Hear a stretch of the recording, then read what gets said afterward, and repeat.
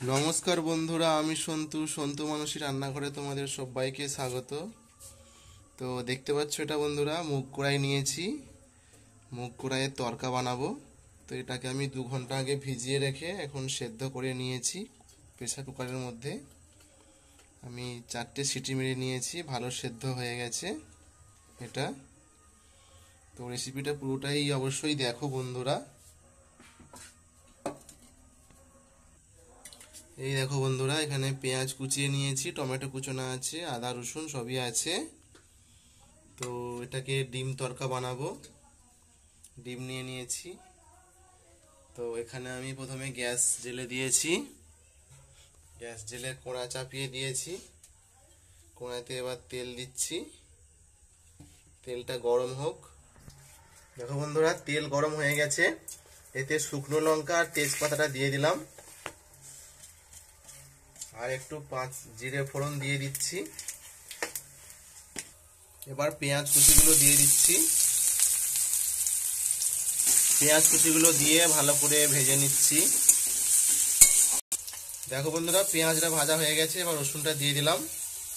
রসুনটা দিয়ে রসুনটা সাইডে হালকা ভেজে নিচ্ছি। রসুন ভাজা হয়ে যেতে আমি আদা কুচিটা দিয়ে দিলাম। আদা কুচানা দিয়ে একটু হালকা নেড়ে এবার আমি টমেটো কুচানাগুলো দিয়ে দিলাম। এবার সব মশলা একসঙ্গে ভালো করে কষিয়ে নিচ্ছি। তো বন্ধুরা, এবার আমি স্বাদ মতো নুনটা দিয়ে দিলাম। যেহেতু আগে থেকে আমি মুগ কড়াইটা সেদ্ধ করেছিলাম লবণ দিয়ে, সেই জন্য এতে আমি লবণটা কমই দিলাম। তো বন্ধুরা, স্বাদটা চেখে লবণটা দেওয়া হবে। দেখো বন্ধুরা, কত শর্টে কম সময়ের মধ্যে রান্না করছি। ডিমটা এর মধ্যেই ফাটিয়ে দিচ্ছি, একসঙ্গে সব কষে যাবে মশলাটা। স্বাদটাও দারুণ হবে খেতে। তো ডিমটা দেওয়া আছে যেহেতু, সেই জন্য একটু সামান্য লবণটা দিয়ে দিচ্ছি। দিয়ে ভালো করে খুন্তি দিয়ে এভাবে নাড়তে থাকলে ভালোভাবে ভাজা হয়ে যাবে।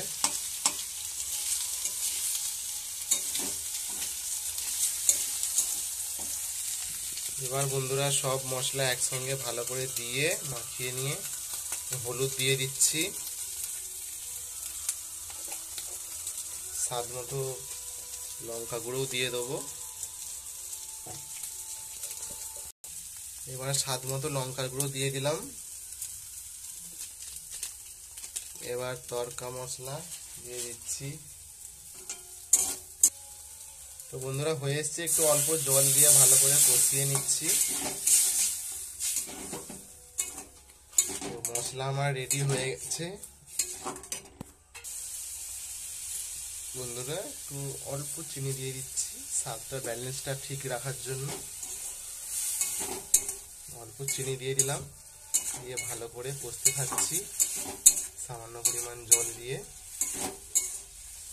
দেখো, দেখতেও খুব সুন্দর লাগছে আর খেতেও খুব ভালোই লাগবে বন্ধুরা। এবার তাকে ঢেলে দিচ্ছি। ঢেলে দিয়ে এবার নাড়তে থাকবো। বন্ধুরা, খুব সুন্দর গন্ধ উঠেছে এখান থেকে।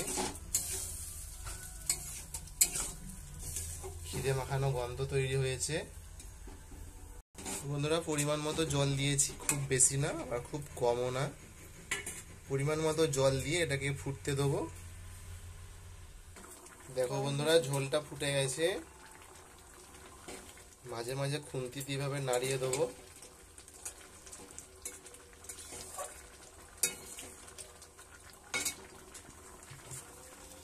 এবার উপর থেকে জিরে গুঁড়ো ছড়িয়ে দিচ্ছি। তরকারিটা হয়ে গেছে। তো বন্ধুরা, এটাকে নামিয়ে নিচ্ছি। হয়ে গেল আমার তরকা, ডিম তরকা। খুব সহজভাবে বানালাম বন্ধুরা। ভিডিওটি শেষ পর্যন্ত দেখার জন্য অসংখ্য ধন্যবাদ তোমাদের। তো ভালো লাগলে চ্যানেলটিকে অবশ্যই সাবস্ক্রাইব করো, কমেন্ট করো, শেয়ার করো বন্ধুরা। বন্ধুরা, কত সুন্দর দেখতে লাগছে। তাহলে বন্ধুরা ভিডিওটি আমি এখানেই শেষ করছি। অনেক বেশি বেশি করে বন্ধুদের শেয়ার করো, কমেন্ট করো, আমার চ্যানেলটিকে সাবস্ক্রাইব করো।